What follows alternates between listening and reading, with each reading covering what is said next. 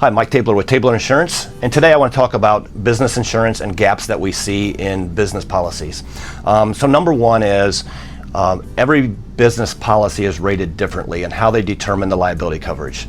Some of those items could be the number of employees, so full-time employees, part-time employees.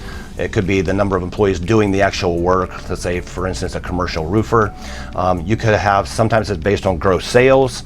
You could have situations where it's based on the square footage of the building. You could have situations where it's number of units when you're talking about apartment buildings. So we want to review that and how the policy is currently rated, because a lot of times we find gaps in that, especially when we're talking about a number of employees and gross sales. We see that reported, misreported in most situations. That is something you need to make sure you're updating from year to year.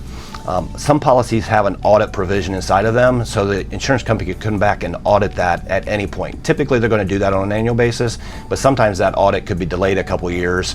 They audit it, they find out what was the true numbers, and then you get a separate bill from that audit. Those are not fun surprises you want to deal with. So having it rated properly up front is going to eliminate that.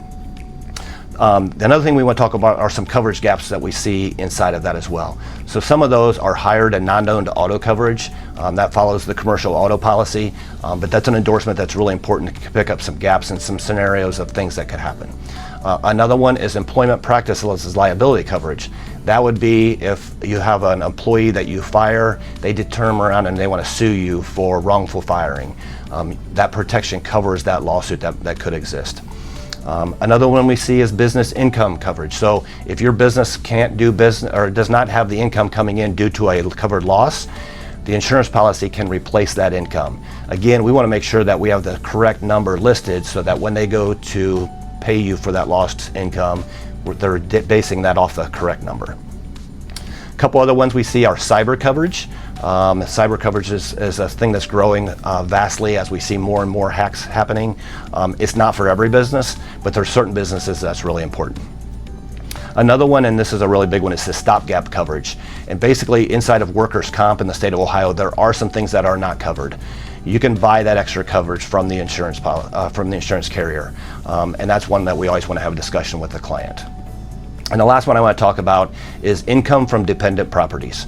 If you are a business that is relying on another business, maybe they supply you with a product that you turn around and group with yours to sell, and they have a loss at their location that they can no longer supply you with that and your sales go down, that's going to replace your business income. Another situation is, let's say you're in a strip mall area and there's a Walmart there, and that Walmart drives a lot of traffic there, which in turn helps your business. And let's say Walmart has a loss and they've got to close down for a while.